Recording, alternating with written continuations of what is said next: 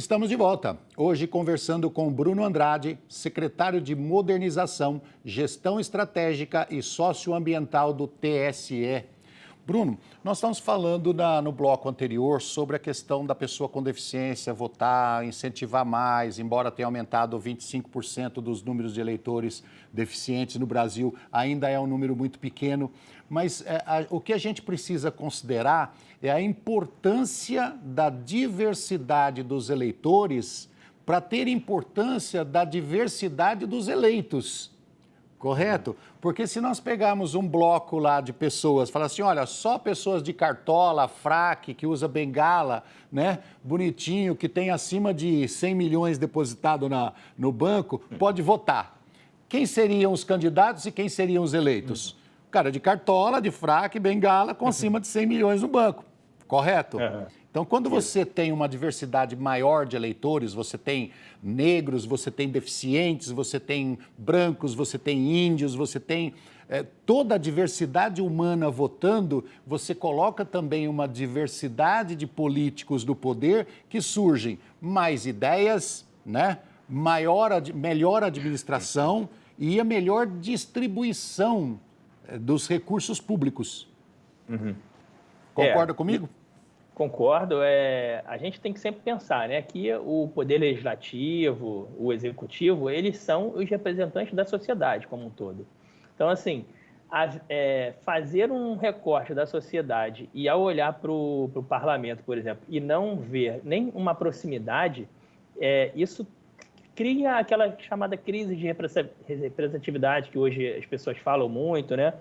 Porque, primeiro, tem aquela crise em relação à corrupção, a negar a política, o que eu não concordo em relação à política, porque sem a política a gente viraria a barbárie, né? Porque aí viraria a lei do mais forte. Então, a saída de qualquer crise é pela democracia, é pela participação política, mas o que acontece é uma falta de identidade, como você falou. Grupos que são majoritários na população, é importante dizer isso, que muitas vezes esses grupos são minoria na política, mas na sociedade são majoritários. Um exemplo disso são as mulheres. E a pessoa com deficiência também, falamos aqui no bloco anterior, que 24% da população se declara portadora de algum tipo de deficiência. Quando você vai para o parlamento, você não vê que 24% dos candidatos eleitos têm esse tipo de moléstia, por exemplo. Ou que pelo menos, sei lá, 15%, 20%, ainda que não tivesse um percentual certinho, né? Mas que fosse alguma coisa mais aproximada. E a gente vê isso em outras áreas. Na pessoa negra e parda, na mulher. Então, a gente vê uma série de grupos. E a distribuição fica desigual, né? É isso, a gente vê uma série de grupos hoje que não se veem representados no parlamento. E não só na identidade do ator, mas sim também no discurso. E a gente poderia ter homens, por exemplo, defendendo mulheres, brancos defendendo negros, não indígenas defendendo indígenas, mas muitas vezes essa falta de representatividade também gera, na maioria das vezes, uma falta de abertura de discurso de temas próprios dessas minorias. E aí isso faz com que a política vire um mais do mesmo, né? Sempre para aquelas pessoas que estão dominando o poder. E isso é um problema grave no nosso sistema. Como você falou, é bom que tenha pessoas conversando sobre outros, por exemplo, pessoa falando sobre o índio falando sobre o negro, e aí por diante. Mas nós, pessoas com deficiência, temos um lema que a gente não abre mão por isso. Nada por nós sem nós. Então, se eu não tenho um representante lá, eu acho que eu estou mal representado, né? Essa que é. Me diga uma coisa. E esse lema é fundamental, assim, porque não dá para a gente, claro, a gente tem que ter alteridade, a gente tem que pensar no outro, mas o nosso lugar de fala é um sem deficiência. Então, assim, tem que ouvir a pessoa com deficiência. Exato. Quais os direitos garantidos para a pessoa com deficiência na hora da eleição, na hora da votação?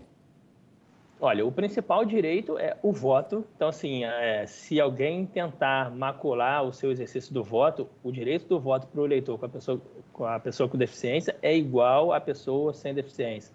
Não tem um demérito, não tem um peso menor na votação.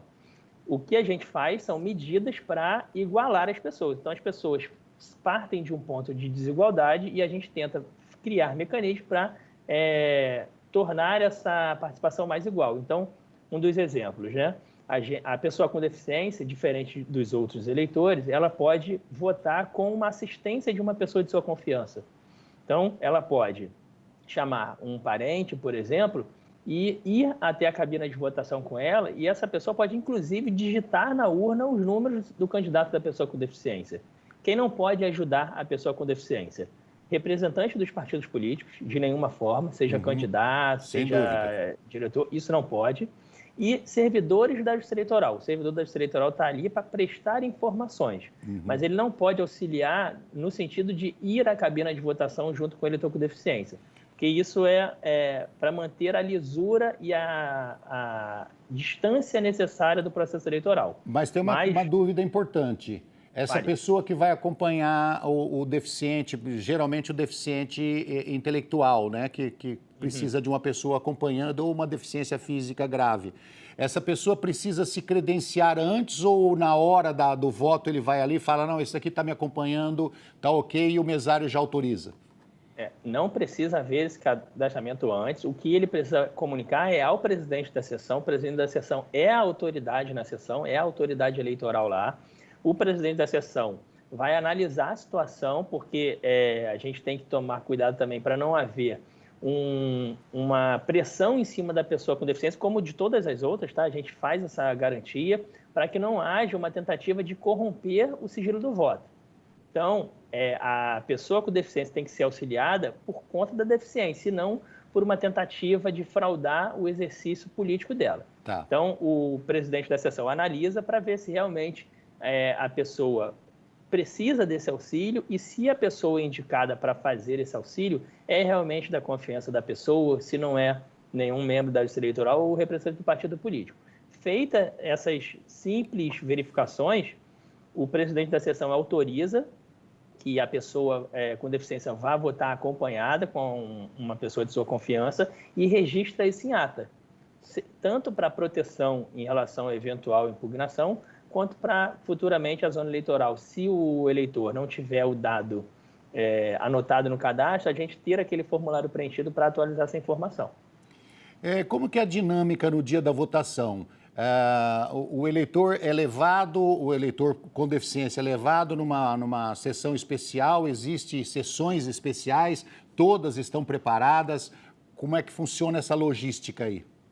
O que acontece, né? Desde a lei da inclusão da pessoa com deficiência, né? A lei brasileira de inclusão, é vedado que a gente tenha uma sessão especial. Antigamente existia, a gente chamava de sessão especial, uma sessão com melhor acessibilidade. Com a lei da inclusão, lei brasileira de inclusão, mudou a perspectiva, e eu acho isso em boa hora, de que o Estado tem que trabalhar para que todas as sessões sejam acessíveis e não segregar. Não, a gente vai ter uma sessão especial e todo mundo com deficiência vai votar lá. Porque acaba que você segrega, você não tem essa troca de olhares, troca de percepções entre a população e ainda você dificulta o voto dessa pessoa, porque se a gente concentra um eleitorado que às vezes tem uma maior lentidão para votar e concentra todos num único local, muito provavelmente o índice de fila naquela sessão vai ser muito maior. Então, a gente estaria segregando e prejudicando a pessoa. Seria a mesma coisa que a gente botasse numa única sessão, só os maiores de 60 anos. Não haveria efetivamente uma prioridade no atendimento, porque todos estariam na mesma situação. Então, qual é a logística? A gente orienta os juízes eleitorais para buscar locais de votação, escolas, igrejas, templos, clubes esportivos que tenham acessibilidade e que a maioria, ou quantos puderem, das sessões eleitorais sejam instaladas em locais acessíveis. Porque, às vezes, dentro do mesmo local, a gente tem áreas acessíveis e áreas não acessíveis. Então, a orientação aos cartórios eleitorais, aos eleitorais, é que todas as sessões eleitorais, ou todas quantas possíveis forem, sejam instaladas em áreas acessíveis nos locais de votação. Se for uma só também, diminui um pouco o segredo do voto, não é isso? Não é bem o segredo do voto, porque numa sessão eleitoral a gente tem 400, 500 eleitores. Só que a gente poderia, por exemplo, saber o perfil, como as pessoas com deficiência votam. E esse não é o diminui ideal. Um pouco o segredo. Isso. A gente mitiga um pouco essa questão do sigilo do voto. Mas a ideia da inclusão mesmo é trabalhar com os administradores dos locais de votação para que barreiras arquitetônicas sejam minimizadas. Sim. A gente sabe, como a gente trabalha com o mobiliário e com os imóveis públicos ou privados, não são da Justiça Eleitoral, não dá tempo, às vezes, de fazer adaptações, mas há tempo de, em janeiro ou dezembro do ano anterior da eleição, fazer captação desses imóveis e fazer um diálogo com os gestores deles para que sejam feitas adaptações, não só para a Justiça Eleitoral, mas para qualquer utilização daquele prédio. Ok. Caso o eleitor com algum tipo de deficiência chegue na sessão e ele encontre ali, por acaso, uma barreira, seja ela qual for, barreira física, atitudinal, que impeça dele exercer a cidadania dele, como é que ele faz? Ele tem que recorrer a quem? Ele liga para quem? Ele chama a polícia? O que ele faz? Olha, no dia da eleição, se ele encontrar esse tipo de barreira, a gente não tem muitos elementos para ajudá-lo, porque a ideia é ter essa preparação prévia. E como a sessão eleitoral ela está naquela urna eletrônica, a gente não consegue deslocá-la, a gente tenta, cada local de votação foi orientado, né, a gente tem em resolução, que tenha um coordenador de local de votação destacado só para cuidar de acessibilidade. Então, a ideia é, primeiro, tentar fazer com que essa pessoa, na medida do possível, vote, ou seja bloqueado, seja ultrapassado essa barreira de acessibilidade, se não foi possível de forma alguma. Então, por exemplo, tetraplegia, e a sessão da pessoa está no segundo andar e quebrou o elevador. Isso já aconteceu em alguns estados, né? Não tem como a pessoa subir de escada e o elevador está quebrado.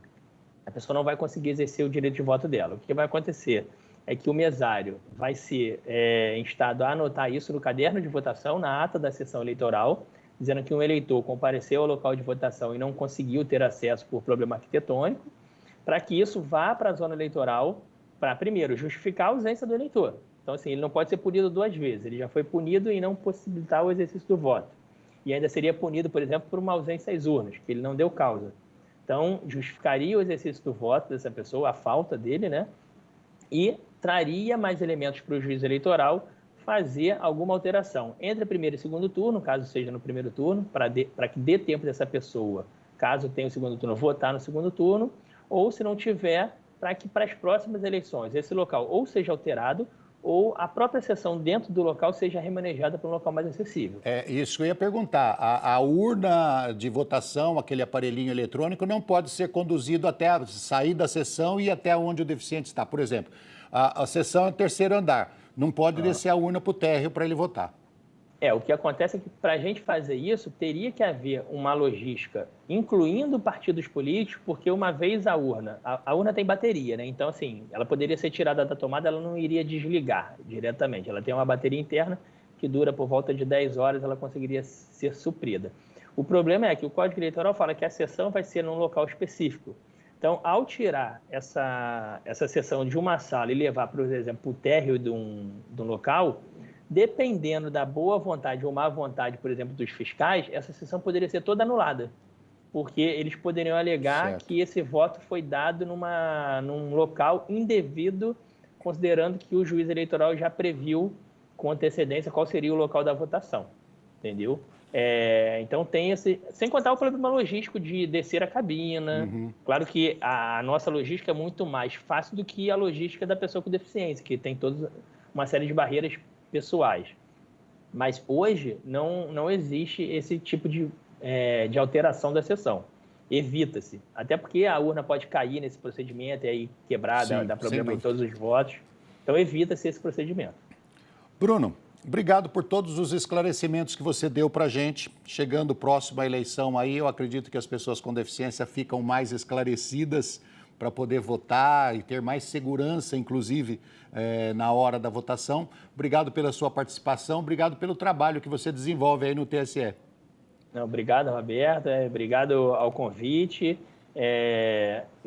A mensagem que eu deixo aqui, final do TSE, para as pessoas com deficiência, busquem a Justiça Eleitoral, atualizem seus dados da forma mais fácil que vocês puderem, para que a gente consiga prestar a cada dia, a cada eleição, um serviço de melhor qualidade, não só para vocês, mas para todos os cidadãos que devem ser tratados com essa qualidade pelo Estado. Obrigado. Obrigado. Obrigado a você que nos acompanhou. Se você quiser rever esse ou qualquer outro dos nossos programas, acesse saopaulo.sp.leg.br/TV Câmara SP ou um dos nossos canais nas mídias sociais. TV Câmara São Paulo. Assista. Fique sabendo.